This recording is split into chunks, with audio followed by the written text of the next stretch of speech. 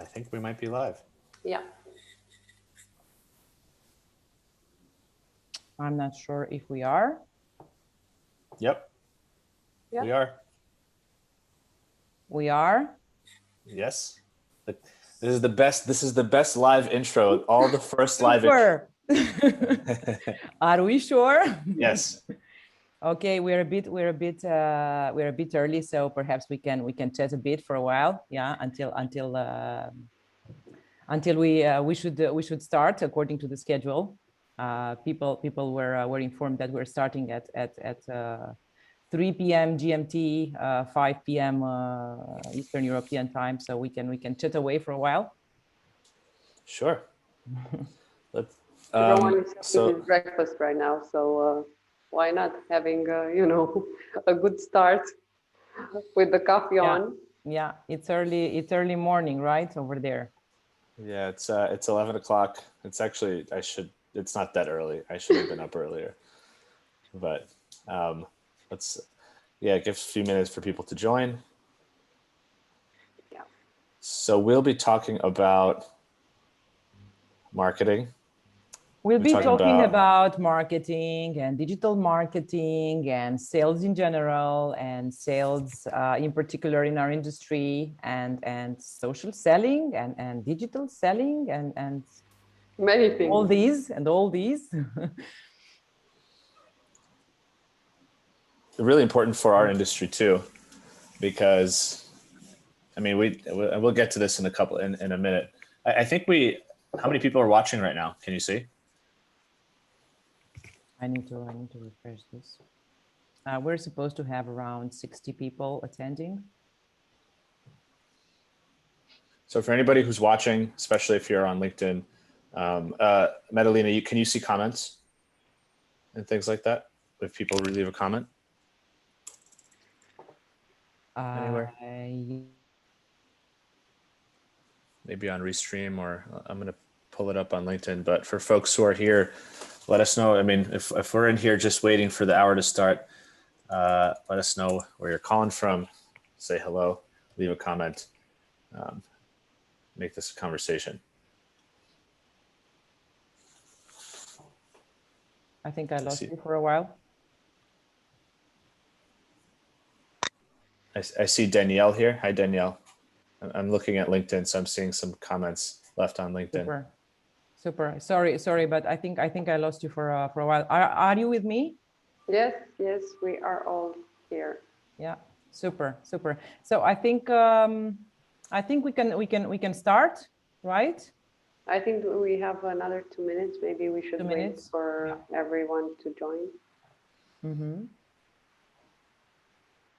Hopefully we will have a good internet connection, because we had some snowstorms. Yeah. So the day was quite intense with lack of power. Wow. Yeah. Do you have power lines above ground mostly? Mostly, yeah. Yeah, same thing in New York City. Yeah. Actually, it depends on the neighborhood. But I know my friends who live in the in sort of houses a little bit outside of the city, if there's a storm, tree goes down, no more power. That's it.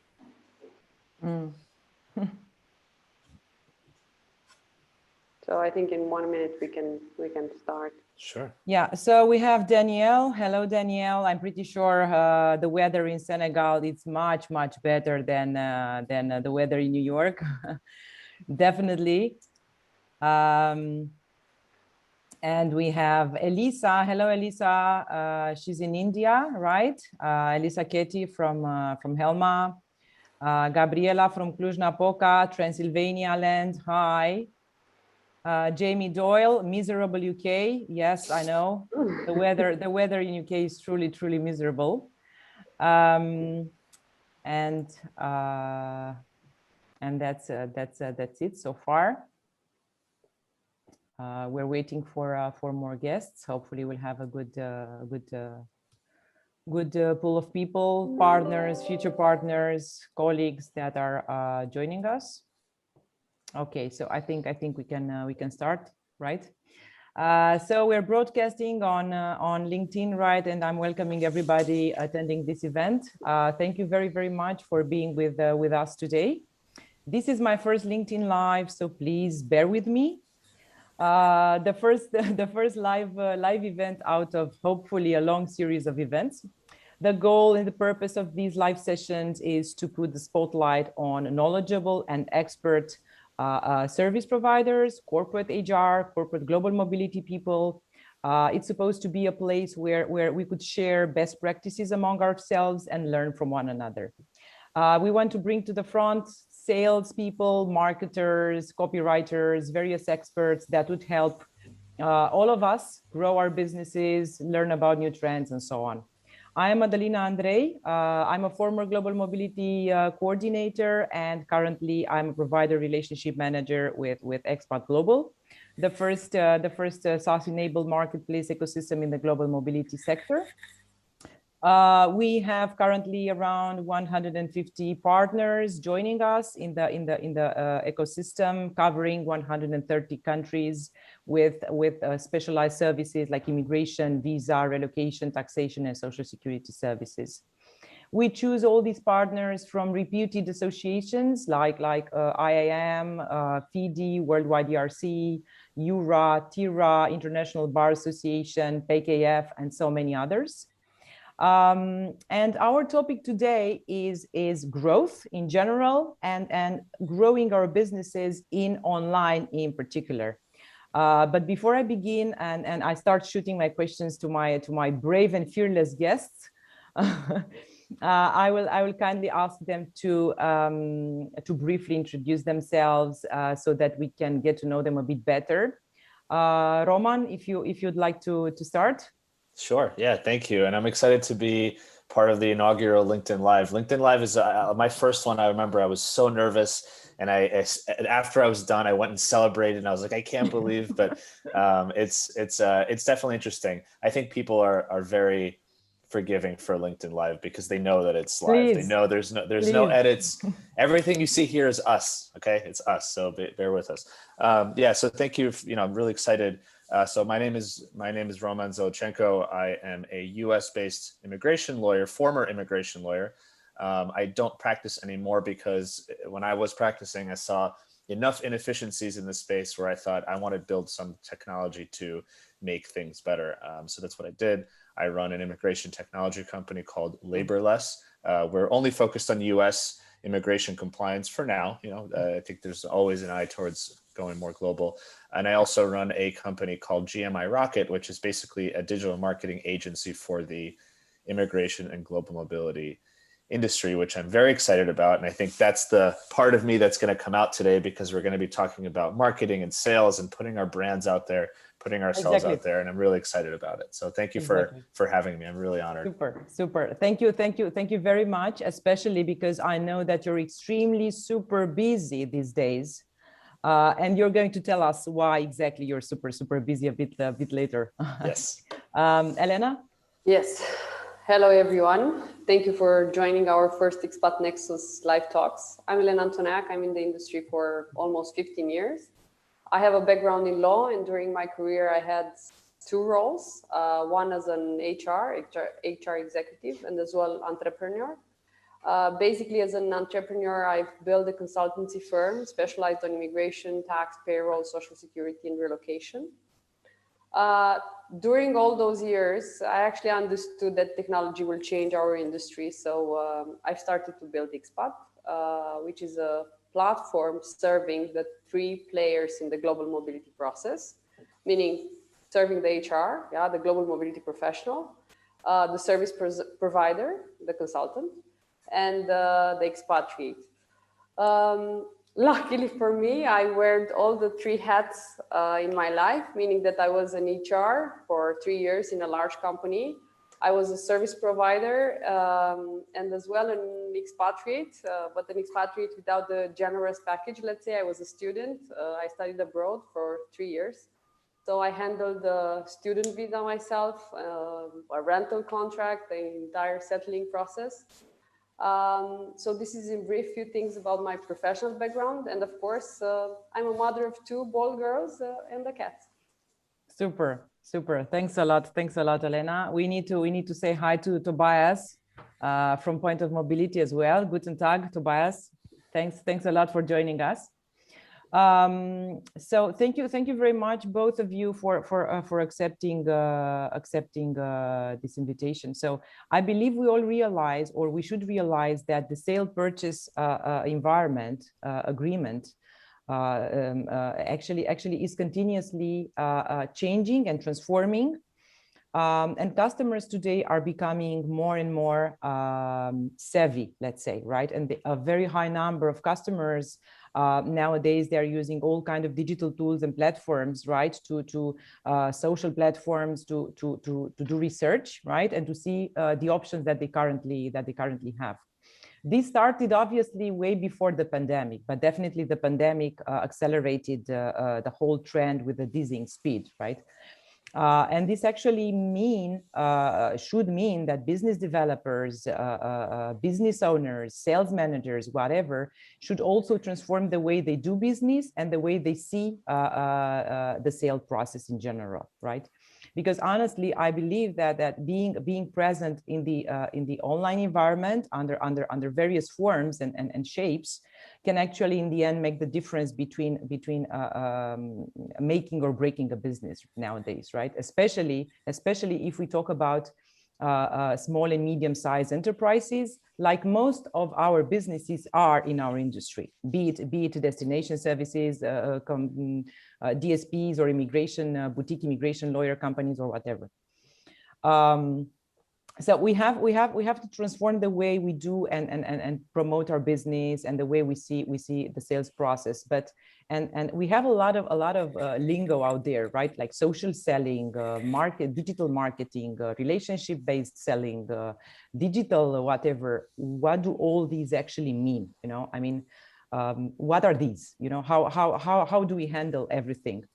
But before getting there, and that would be Roman's big pie, we need to.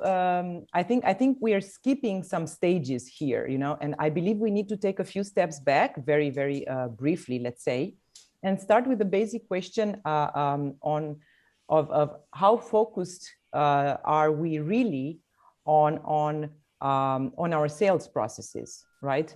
What is the importance that we place on the sales force? What is, as service providers, I mean, right? Do we have a salesperson in house that is covering this part? Do we have a sales department? If we don't, how do we sell our services, right? Do we sell our services? If we don't, why don't we sell our services? So a lot of questions. And Elena, you have been in this industry for 15 years, right? You're the head of a boutique consultancy, mobility consultancy company, providing services to corporate clients. And on average, you had around like 10 people, employees, 10, 15 people as employees, right? And we can say that your company in the end was basically very similar to other local businesses providing mobility services elsewhere around the world, right? Did you at any point see the need to actually sell your services direct through all kind of channels? Because right now we are not in the digital selling point, right? We are focusing on the fact that we believe there is still a bit of a lack in not actually paying sales the importance that it deserves, let's say. Well, first I want to say something which I consider funny. Every time when I hear that now I have 14 years, 15 years in this industry, I already start to feel quite old. But going back to the roots, going back to the roots, actually, I feel kind of an inside laugh, you know, because I remember myself, I remember that when I started the business, as a business owner, I was extremely focused to have the most knowledgeable team. Yeah. So actually, I had this focus in my mind, and my mindset was that I need to know the immigration law, labor law, social security law by heart. So even if a client wakes me up in the middle of the night, I need to be. You need to know everything. I need to know everything and to, you know, to give the right answers. As well, I had I had two obsessions. This was first, yeah, with the knowledge. And then the other obsession was to deliver speed, yeah, state-of-the-art procedures, speed. I was obsessed with the client satisfaction, which it's a great thing. Our target was to have the best time rate in the processes. We even built at the time KPIs for that internally. The KPIs are still there in the offline business. So to sum up, we have those two main focuses: extremely knowledgeable and fast. Mm-hmm. In regards to sales, we were, I think, pretending that we are doing sales, because after we got 2 or 3 clients in our portfolio, which were direct clients, we were completely focused to deliver and to cover the operational area in the best manner. I remember now that we even proudly were saying that we are mainly an operational company. And I would like to confess that this strategy indeed brought us some other clients, as we were recommended by the current customers. And we were extremely proud about this. But later I understood how many years of growth we've lost, for me as an entrepreneur and for the team, because we had such a non-sale behavior. So I believe that after 4 years, I actually understood that it's great to have the best knowledge, to have the speed in the industry, to deliver very, very fast and to be top of mind in the industry. But if you do not sell yourself, it's nothing, let's say. So I believe that after 4 years, we changed the strategy, and we put focus on sales by hiring salespeople who brought in the business sales strategies, commercial practices. So we've started to grow very fast. And this growth actually allowed us to invest massively in technology and to build more and diversify our horizons. So if you want growth, you must really invest in sales and marketing, yeah? In regards to how I feel that the industry at least worked in the past, is that I believe that our industry has a significant lag compared to other industries when it comes to sales force. Many DSPs do not have the capacity, the staff of the need to actually invest time and money in selling their services directly to clients. The circumstances of the past allowed many DSPs to rely solely on other parties that would bring clients to their doorstep, which indeed saved time and money on their side. But also this behavior possesses a high risk of this pipeline being stopped at some point due to various reasons, like intermediaries find another supplier with lower rates and so on. So I believe that the comfort zone was and still is very large in our industry due to the fact that we were used to working only with high-end customers with fat packages. And these customers usually in their majority came from the intermediaries, not directly. So there was no need for change. And I don't think that any danger was perceived. Yeah, so... Roman, you're a former, as you said, you're a former immigration lawyer. Do you see the same? Does it make any sense what Elena is saying for you? I mean, do you see, or did you used to see the same lack of focus on sales in US regarding the immigration sector? Yeah, I think it varies. You know, I worked for a firm that was good at sales and did a lot of marketing, so we were actually quite fortunate from that perspective. But I think a lot of immigration law firms in the U.S. and really around the world especially the smaller teams who, you know, like you kind of were saying in your introduction, maybe they're not really quote unquote focusing on or giving enough support to the sales side of their organization, or maybe they're just not even thinking about sales. They're used to, they have relationships, they have people calling them, they have their friends from university, from their industry time, and they got used to or got comfortable with, like was said before, this idea that business just kind of comes in at some point. And many effortlessly, yeah. Or I mean, look, there's effort, you know, nothing's free in this world, but it's like, I've already spent my time, I've already made the relationships, people know who I am. And, you know, maybe I'll do once in a while a speaking engagement at one panel or something like that. They're mostly on their work, and they don't spend a lot of time on business development. And I think it's still the case. The problem is that, and this was what you were talking about in your introduction, I mean, we already saw the shift moving, right? You all of a sudden have these small law firms who nobody's ever heard of them, but they have 10,000 followers on Instagram. And guess what? They've got a bigger business than somebody who's been around in the industry for 15 years. True. And so and it's not about the merits of which business is better or not. It's just, if you want to talk about business development, the reality is that there are these new avenues where people are spending their time, and you can get in front of those people and you can market them. And I think the truth is that, and I've spoken to many immigration lawyers, particularly in the US, but frankly, overseas, who are basically like, the phone's not ringing anymore. You know, I don't know what to do, or something else.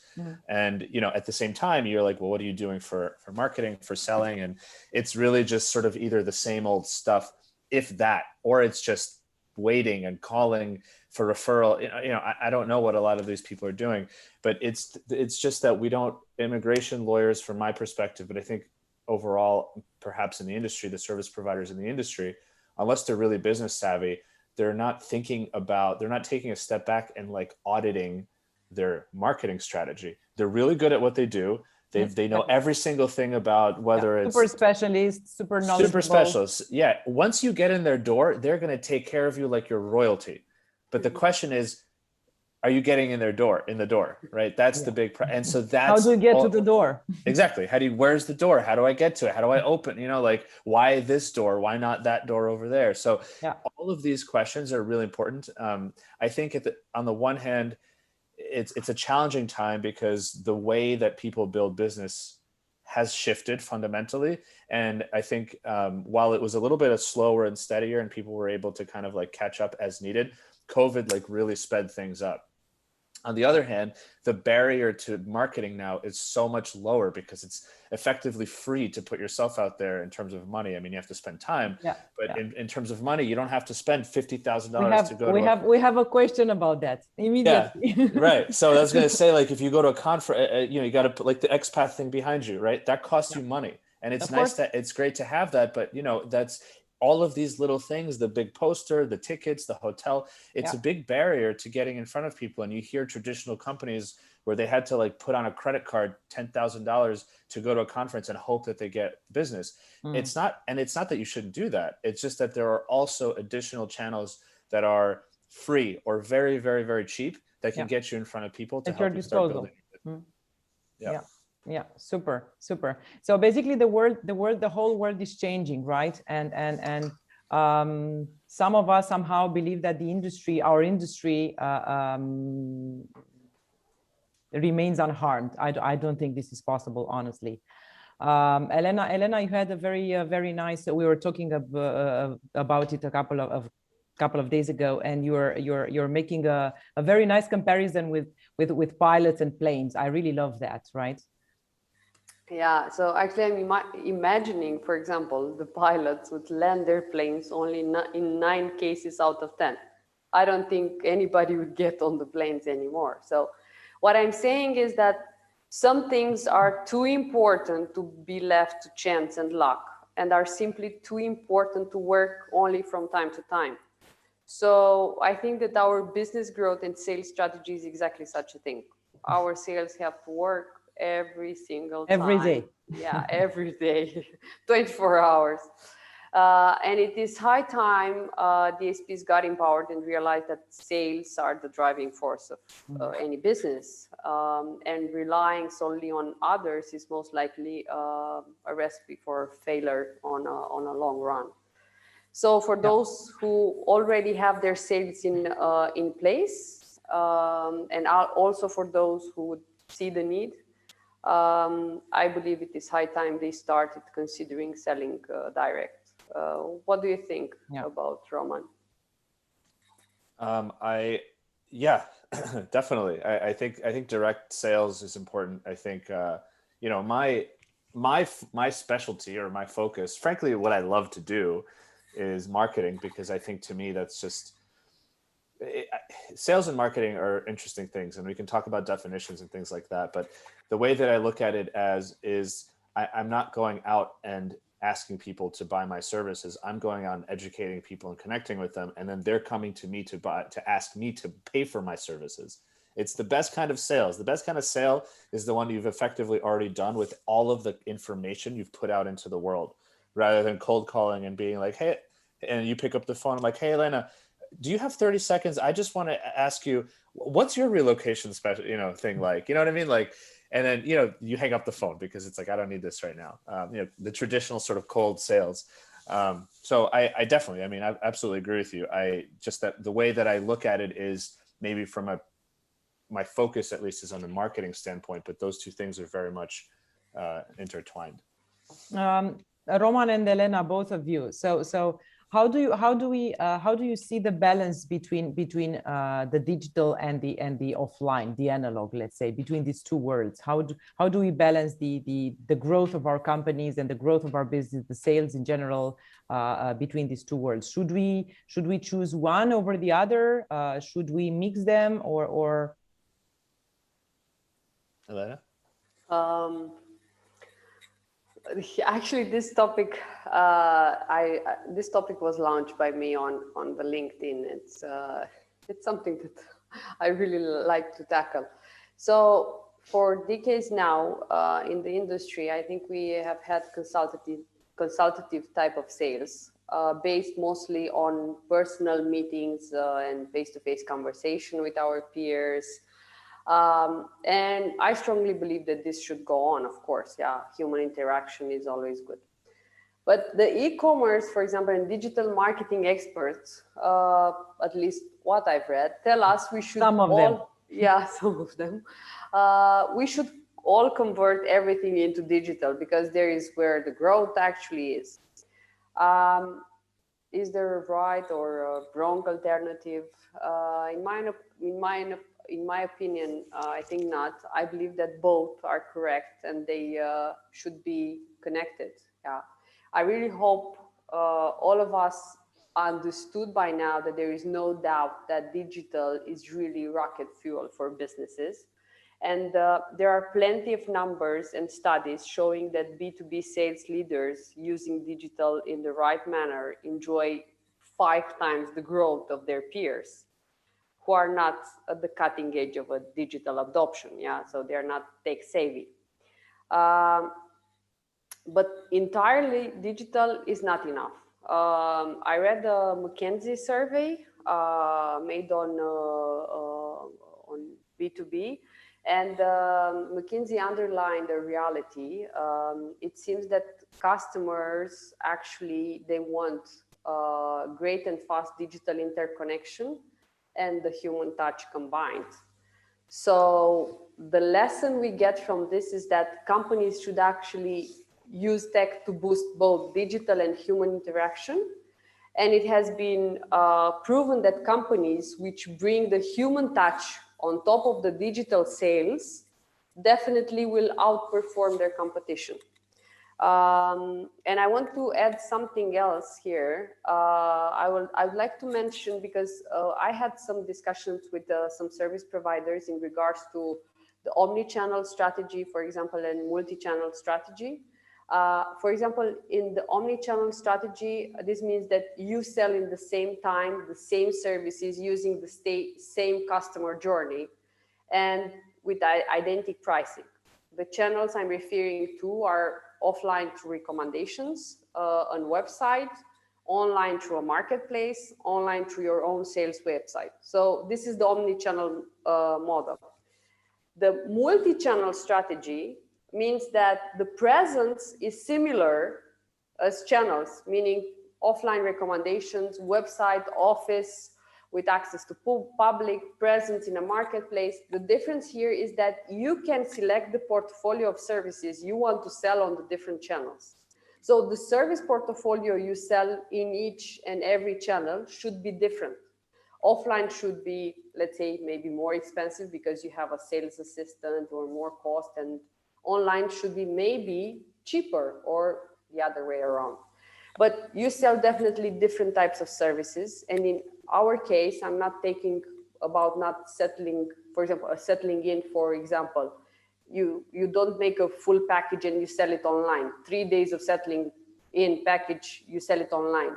You have to be creative, and maybe you sell only 3 hours of desktop support for settling in. So you always have to have in mind this mix and the different ways of selling offline and online.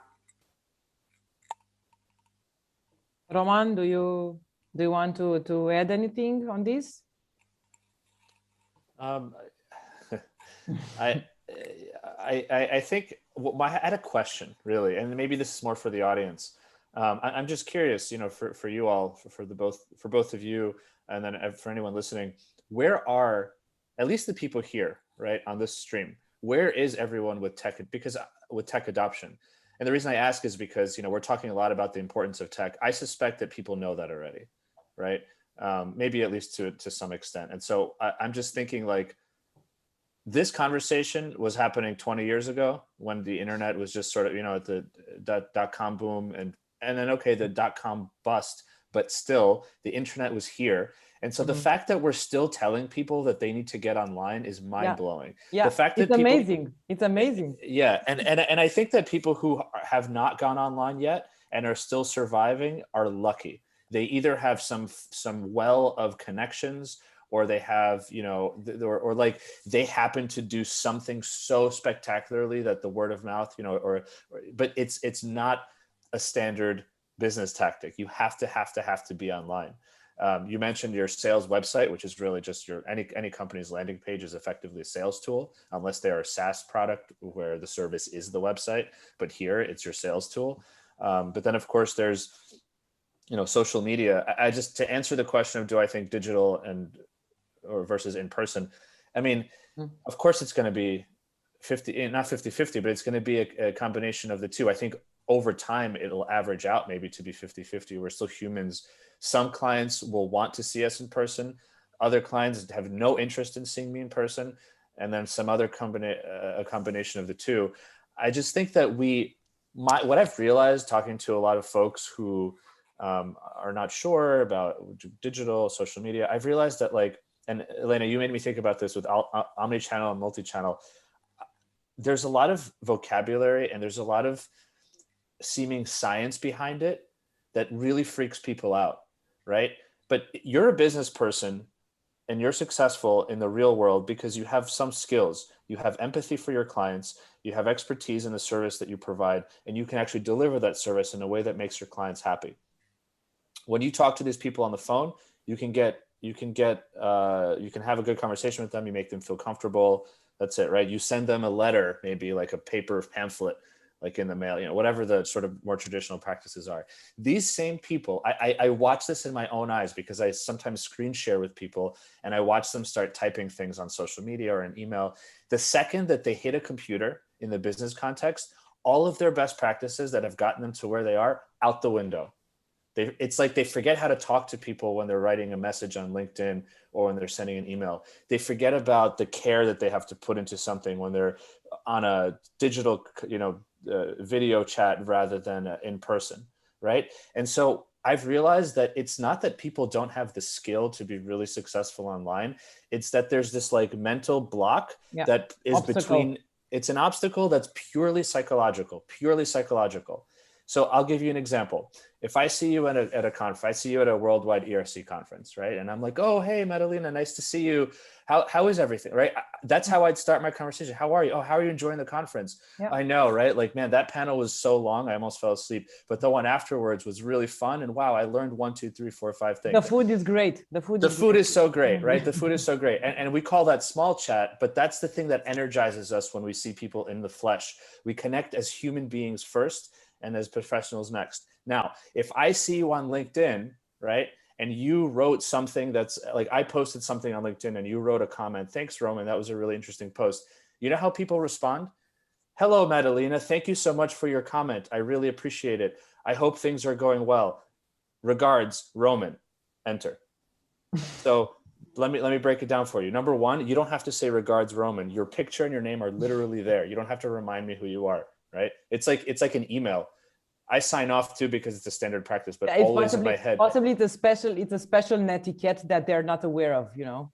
I think it's not that it's an etiquette they're not aware of. I think it's just the momentum of something we're used to from when we were writing letters in person, right? Where we have to be formal and we have to be short and you know what I mean? But like, yeah. So what the big difference is just having someone go on LinkedIn, let's say, and responding to a comment, instead of saying, hello, Madalena, thank you very much for my comment, blah, blah, blah, like a robot, they can say something like, oh, like just be a person, just say the words that you would say to someone. Authentic. Be authentic, yeah. And I know that this sounds silly, like why am I talking about how to respond to a comment versus, you know, but it's if you take it in the abstract, the idea is that the second service providers in our industry hit the digital world, the etiquette, the human side of them disappears because they think that there is some other way to behave on you know, digitally, and that's just not true. It's just not true. So you have like two different personas. Right. And guess what? Your different online persona, which is not the real persona that got you to where you are in business, right? This is your new weird, you know, some kind of textbook. Dr. Jekyll and Mr. Hyde. Yeah. Right. It's not helping you in your business, right? What you have to do is get that persona that you've always had that has made you successful and naturally, organically bring it into the digital world. And you know, it's not just how you respond to LinkedIn comments. It's what does your website look like? And how does it sound, right?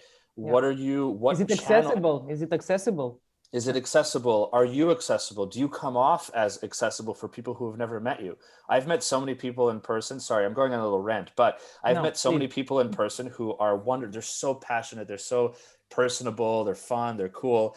And then I see their website and I'm like, you sound like, you know, some kind of a just outdated corporate robot. You're not like this in real life. So your website is just not a reflection of who you are. And so people who don't know you yet, when they go onto your website or they go onto your channels or whatever it is, they see somebody who is not you. I mean, like you said, Dr. Jekyll and Mr. Hyde, and it's not going to be successful. And so the biggest way to succeed, I think, for folks who are talking about, you know, how do I go digital, et cetera, pick whatever you want to do, podcast, Facebook, you know, website, conference, whatever you want to do digitally. It almost doesn't matter. The more important thing is that when you show up to that digital space, show up as the person that you've always been in real life. That's the most important thing.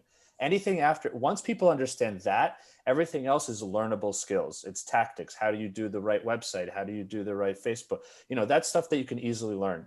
But the biggest thing that nobody can teach you is the hurdle of bringing your actual real self to whatever practice, to whatever medium you're on, rather than this like weird, robotic, corporate, impersonal shell of yourself and think that that's going to yield the same results.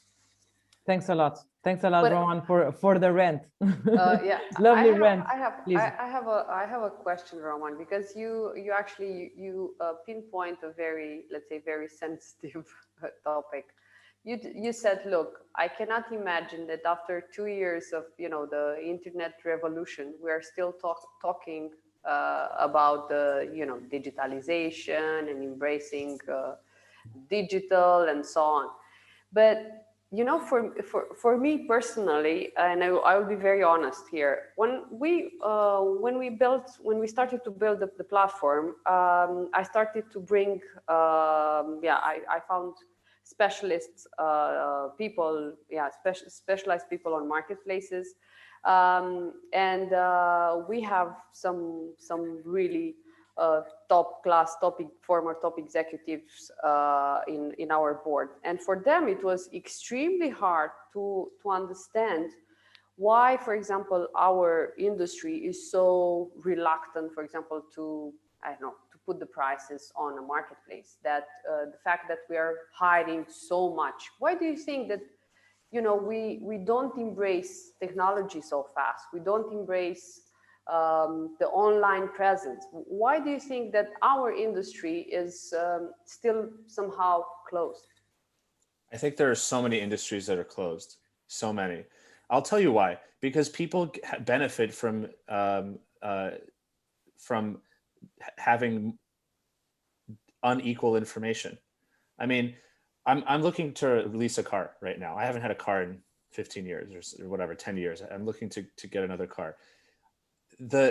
You go to, I mean, it's funny. I was talking about this with my mom the other day and she started laughing. You go to a dealership. Okay. I promise this is going to make sense. I know you asked me about this and I'm talking about cars. You go to a dealership and somebody comes up, you know, they got their suit and tie, their big tie, they got their big watch, you know, really looking, and mostly men. I mean, that's just what I see here at the dealerships I've been going to. How can I help you? What are you looking for? I know every single car. I've looked at their gas mileage. The only thing I haven't done is touched it and looked at it. And they're coming up to me, and not everybody does, but like, come on, I'm not going to, and it's not about age. It's just about like, there are some consumers who go online and who don't, but you can assume that many consumers have done at least some research. And they come in and they're like, look at this car. And they start selling me this stuff. And I don't like to be rude, but I'm like, listen, I got it. Let me just look at it, touch it, and I'll come to you. I know a lot of information already. Okay. So this is already, we're at odds. He's operating as a salesperson as if it's 25 years ago, and I'm operating as a buyer today. Okay. So that's number one. I look at the car. I like it. You know, I'm really interested. Now it's more about price. Okay. This is the big deal, right? Money is something that we spend our time collecting. So when we give it back to somebody for a product or service, we better be really careful that we're getting a good deal, right? That's why. So it's best for them to play with price. So what happens? There's a price on the thing, but when you're leasing a car, there's all these fees, blah, blah, blah. I have a budget, and he comes up to me and he's like, what do you, and I tell him, here's what I want. And he's like, you know, this is really hard for me. Now I've got a wife, I've got 2 kids, but let me go see what I can do. Let me talk to my manager. He goes behind a glass door. I can see it. He closes the door, and then I don't know what he's saying, but he's like this, and then he's like this, and he's looking at his watch and like that. And the manager, they're talking back, and he gives a deep sigh, and he comes out, he closes the door behind him. He comes back to the desk, and he's like, all right, listen, I don't usually do this, but I really like you, something about you. I really like you. This is a deal I can give you right now. I can't go any lower than this. And he pushes a piece of paper across the table. And it's like a comedy. I mean, it's a comedy. This is like a film, Roman. This is like a Hollywood film, right? Exactly. It's a movie. Is this really happening? It's still, I did this recently. I went to get a car with my girlfriend. That's and amazing. So this is exactly what it was. It was like this, you know? And it's just, and the reason is that their industry has not been disrupted yet, right? But there's a new company out there called Carvana, at least in the US. I think they actually have some sites around the world. It's a little bit. They have used cars. They like make them and they sell them back. You go online. It's like Amazon. It's like a marketplace. You would actually love it because it's very similar. You go on, you choose your car. It gives you all the specs. You order it. They deliver it to your house. You know, the paperwork is finalized. You get like a 10-day window to drive it. If you don't like it, you return it for a refund. A car, okay? Not pants, a car, right?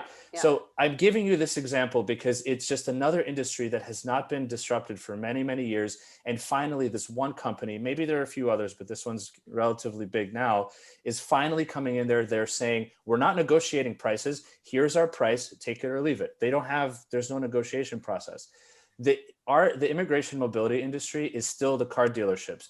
They're opaque about pricing because they want to like play with you. They want to price it based on what you can do, or versus what is the value is, whatever. There's a thinking that the buyers don't have information, just like that guy thought I didn't look online about everything, right? All of this stuff. And so I think the reality is that if we realize that this is just another industry of many industries, it'll make us feel that it's not that there's some big bad thing out there. It's just that we're behind. That's it. We're just behind. And someone's going to come for it. Is it going to be you or is it going to be someone else? Yeah. I would translate, sorry, Madalena, I would translate that actually the customers, they need transparency. meaning they Right. really want to know immediately the difference between what they currently have, the quality they get, what they could have better, and the entire cost. Again, I might ask a rhetorical question regarding the transparency of our industry related to overall cost and processes. But technology now enables clients to make comparisons on quality. Think of all the reviews you get online. Yeah, you can compare quality. You can assess the prices, and then based on this, you have transparency. And the idea is that in the online, you really cannot hide. You cannot hide. So if we add speed, transparency, expertise in the mixture of analog, digital, I believe that we will be able to let's say, amaze the customers, and this way we can grow our businesses. But I love the example. I really love the example, Roman. Thank you for sharing. And I believe basically there is also a bit of fear, right, somewhere, yeah, because you cannot hide, right? It means that you're exposed, correct? And perhaps some of us, some of the people are still afraid of going out there, you know, and I don't know, you might feel naked, you know, I don't know, you have that feeling of exposure, you know. Well, if you feel naked, Madalina, I think that we should all go to the gym and be ready for the online. We should look good. We should be prepared. Yeah. Well, the one thing that I'll say is that number one, it is fear. I mean, that's the only thing. That's the only thing. It's complete fear. Complete fear of what, Roman? Complete fear of what? Fear of what? Of embarrassing yourself? Of what? Of the fact that you're not good enough? Of what? So it depends on the person. Some people have, I mean, this is all people, we're all human beings. We're all imperfect, right?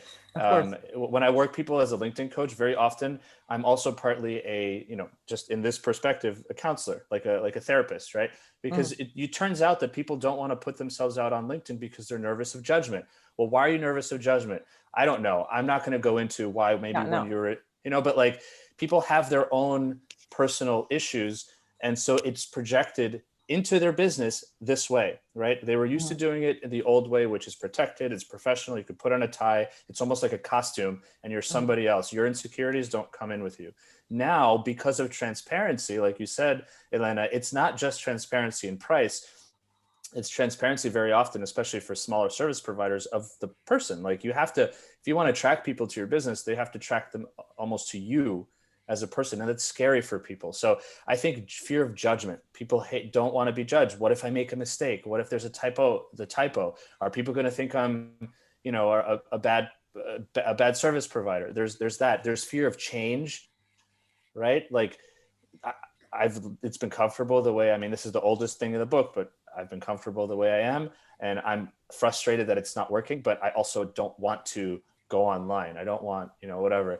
And sometimes it's also just fear of the different, right? Like the same reason that there are people who are xenophobes. Unfortunately, I know this is a good community where everyone loves to travel, but there are people all over the world who don't like people who come from other countries just because they came from other countries, right?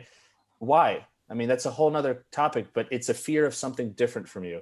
And I think it's the same kind of thing in social media. You talk to people, just to say social media, how many service providers say, are you kidding me? Instagram? That's for, you know, people who are doing pictures of their food, or like models putting up pictures. Exactly. Yeah. That was my next question, Roman. So basically, aside from LinkedIn, where we see somehow a serious increase, I remember like 8 years ago when I started my LinkedIn account, right? There was almost nobody, you know, I mean, I couldn't find anybody. Now we can really see a change. Change is really visible. But aside from LinkedIn, right, are the other social media channels important for a business? Aren't they only for teenagers or youngsters, like Instagram or TikTok or whatever? You know, you're like one of those lawyers in those good movies where you give me the question. We both know what the answer is, and you still have to give me the good question. So I think with that, I'll plug the conference that I'm at, and that I'm very grateful for Xpath to be a contributor in, and you know, supporting it. At the GMI Rocket conference So the idea behind this conference was exactly to answer this question. So thank you, of course. You know, the idea is that, so GMI Rocket is my digital marketing agency. And, you know, I'm lucky that I've sort of been able to help people and just talk to them. I talk to people in the DMs all the time and on Slack and everywhere else. I answer questions, but of course I can't scale myself, right? And so the reality of what I wanted to do is say, let me create an environment that is a one-to-many, so that we can actually bring digital marketing knowledge and inspiration and tips and tactics for people in the immigration industry, global mobility immigration. GMI Rocket, the GMI is global mobility, of course, immigration. So for folks watching, I hope you can, I know people are around the world. This is happening next Thursday, Friday, so March 25th and 26th, from 11 a.m. Eastern time to 4 p.m. Eastern time. So I think for folks in, like, you know, the EMEA region, maybe it's probably okay. I think for APAC, it's a little bit late. But if folks here are watching in EMEA, or especially in you know, North, South America, please join. So the idea is bring together experts that are in our industry. They're mostly immigration professionals, just because that's sort of who I know most, but we're all doing the same thing. We're helping people move from one place to another. Whether you're a lawyer doing the visa, or you're an RMC doing the move, or you're like a moving company literally shipping the goods, you're saying it's the same customer. It's someone moving from one part of the world to another, and you're supporting their whole journey. Okay, so I hope people join. To answer your question, of course, every social media platform is perfect for every single business, including this industry. Yeah. One more question. Sure. Is it, I mean, are all the channels suitable for B2C or also for B2B? That's another very, very important topic in our industry, right? Everybody is on totally focusing on B2B and B2C somewhere on the side. So would these channels be suitable for both types of? So I think that question is a little bit more nuanced, and it would take, you know, for the person to have an exact right answer for them, it'll be depending on what their effort is, what their you know, ability is to market, who their actual customer is. Is it an HR team, or is it, you know, a lump sum employee, which is more B2C, you know, whatever. I think ultimately, let's talk about two things.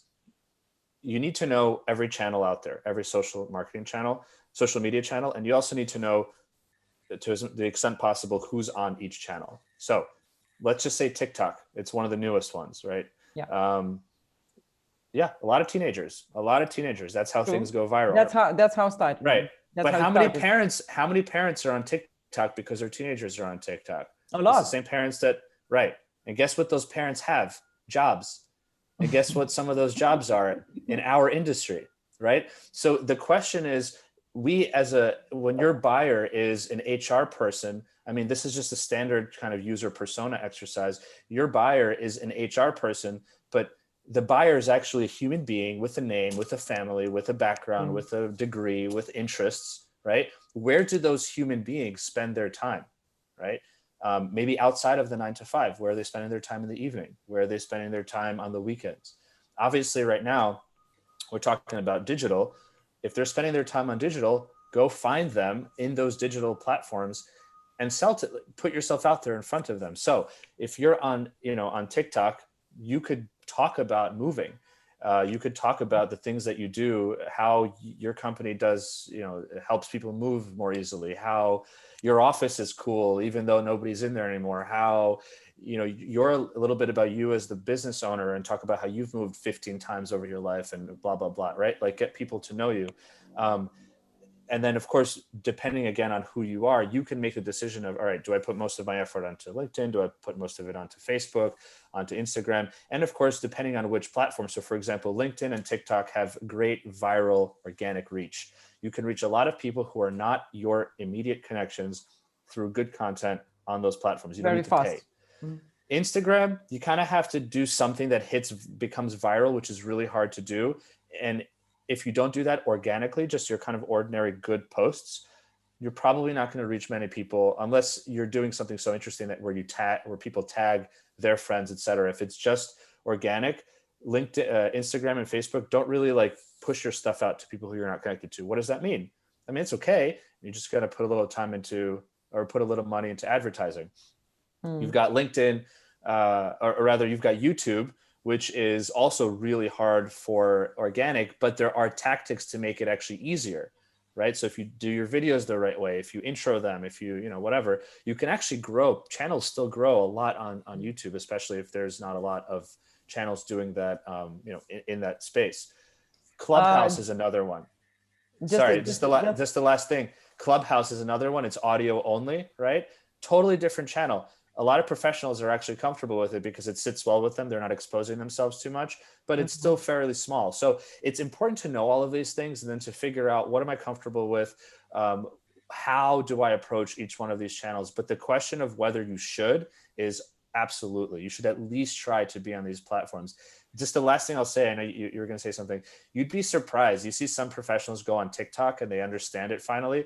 And it turns out that when they were in middle school and high school, they were in theater and they loved it. And they just haven't had a chance to be fun and spontaneous anymore. And TikTok is a platform that it makes it okay. And they love it. And they do the dances and the music, and if it just fits their personalities, and they blow up on the platform. So I think people shouldn't rule it out just because it's not standard in the industry.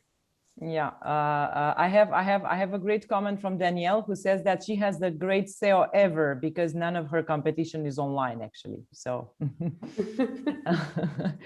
and one question, Roman. So a question from Elisa Helma. Are there so different platforms for different purposes, right? For business like LinkedIn, or for leisure and hobbies, right? Being present in one or another is actually a branding decision in the end. So a couple, I have my own Facebook, obviously. I've got Instagram. I do have TikTok. I'm not on it very often. I'm a business owner. I don't separate the two. And it's okay if people do, but just understand that you're not gonna, unless you create a separate account and you manage that one, etc. It's gonna be tough. Like if you want to leverage Instagram to start getting more clients, you shouldn't have a leisure Instagram account. You should have an Instagram account that is you, because if you want, if you want to use that, right? If you don't want to use it and you're okay with Instagram not being a source of leads for you, then continue posting about your hiking trips or the breakfast smoothies that you make every day, like whatever it is. Those are two things I've posted about. That's why they came to mind. But you know what I mean? So I think it's your choice. It's not a better or worse. It's what result do you want? I think the other thing that people think about, and Elena, this kind of hit on what you said earlier, or at least it made me think about it, is waiting for the phone to ring or waiting for something to happen versus sort of taking control of your sales. People forget that we have control over, there's some things that we can't control. The universe just happens, but there are little things that we do have control over. If you want to change something, you usually have the power to at least try to make that change.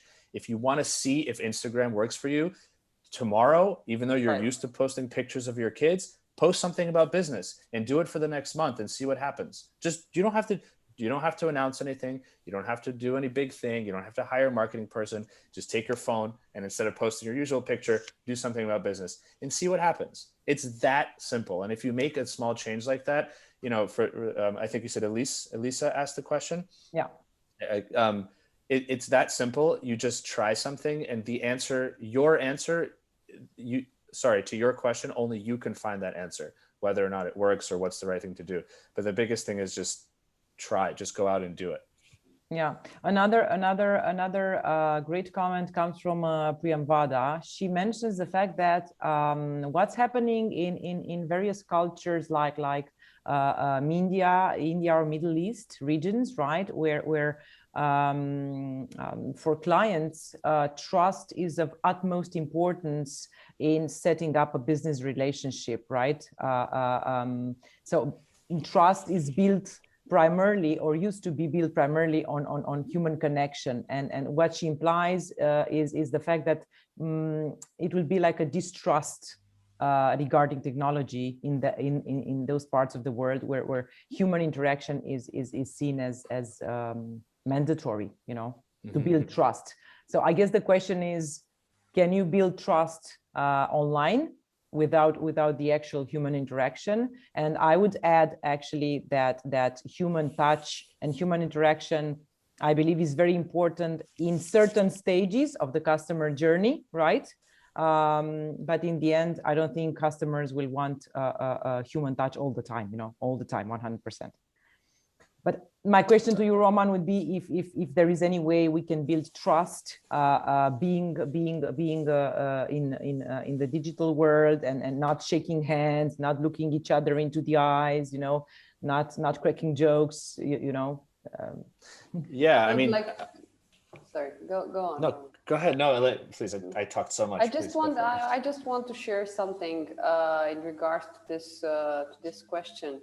Because actually this pandemic, this situation that we're facing right now, teached us that we can do business even if we are blocked in our offices or in our houses, For example, we signed so many contracts online from the beginning of the year, which was like amazing for us. People actually, they really understood that if we want the business to go on, we really have to manage the online. And this is kind of a pattern, which would extend. And I read last year a survey that for people, in order to have a new habit, a new pattern on different things, they actually need around 4 months. And we have already 1 year being in this scenario, So business is going on. So what you're saying, Elena, is that things might change, right?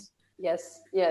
And I think now the speed that we have right now, we signed, contracts with companies in India. We never saw those companies. We never met them in person. We didn't shake hands, but there is a business need. So actually, it's maybe the same trial and error and failure and whatever, but I think this will be kind of a pattern that will continue. And I can understand the idea that in certain areas, certain regions in the world, people build trust in a different way traditionally. They need to shake hands, they need to see, to watch themselves into the eye. So, but I think that this time that we're passing now will change many things in this regard. Yeah. I think we need to for any questions that we didn't manage to answer, promise we'll get back to you on that.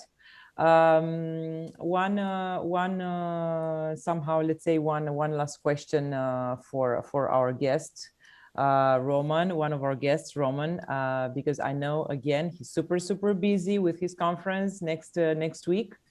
Roman, please tell us if the global mobility professionals joining your conference next week. And I have to tell you that I have already created my avatar. I will be a grumpy old little lady, right? I really love that game scenario that you're choosing. So my question is that what will attendees take away from your conference? Will you use case studies or concrete examples, or please tell us a bit more. Yeah, sure. So, first of all, for anybody, thank you. First of all, thank you for having me, and for everyone who's joining. I can't see all the comments here. I mean, I'll see them when I log back onto LinkedIn, but please connect with me on LinkedIn. You can also email me, roman@gmirocket.com, with any questions. LinkedIn's easier. I'll probably get back quicker, but let's connect on there. So first and foremost, in terms of the conference, it depends on who the person is and where they are in their journey. Some people just know that they need to do this and they're not on any social platforms yet. I know some people who are on many social platforms and recognize that they need to know a little bit more. So it depends on who you are and where you're at. I think the way to answer the question is to tell you who's going to be speaking. So most of the panels are broken down into social media platforms. There's a panel on LinkedIn, a panel on TikTok, a panel on Facebook, a panel on Instagram, a panel on YouTube, and then a panel on Voice, which is Clubhouse and podcasting. It's 6 panels. I don't know numbers.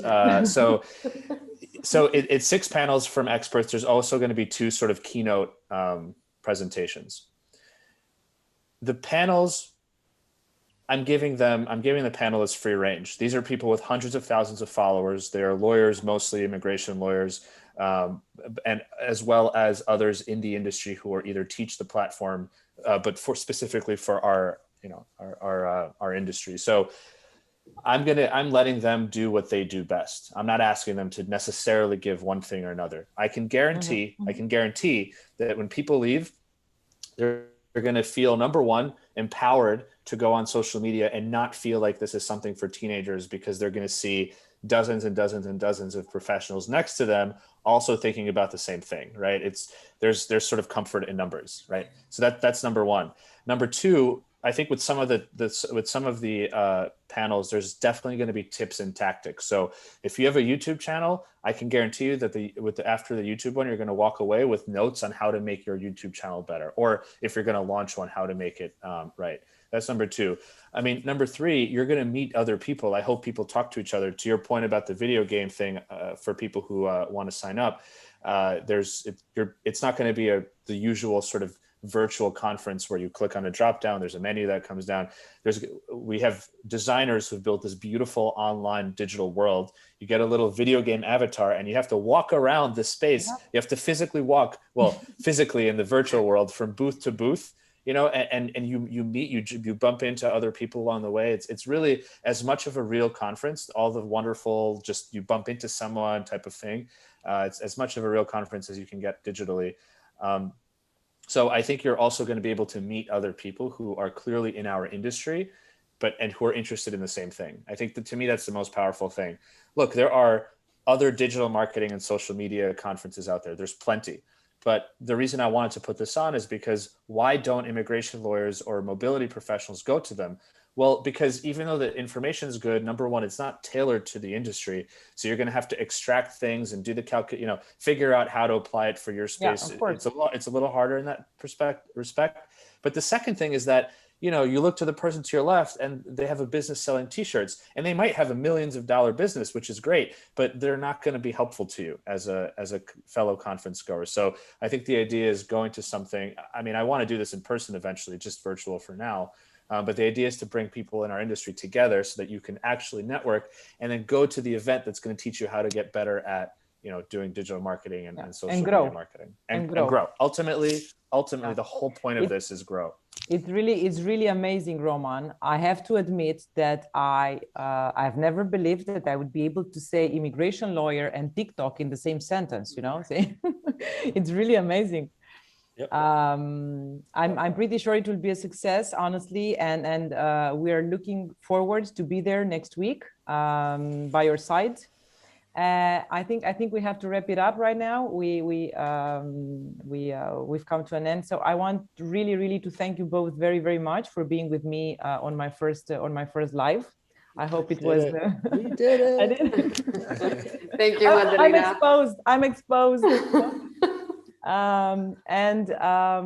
Well, thanks a lot, all of you out there who watched us and joined us, and I hope to see you soon with my next event, and see you next week at Roman's conference. Yes. Thank you a lot. Thank you. Bye-bye. Thank you, everybody. Bye-bye. Bye-bye.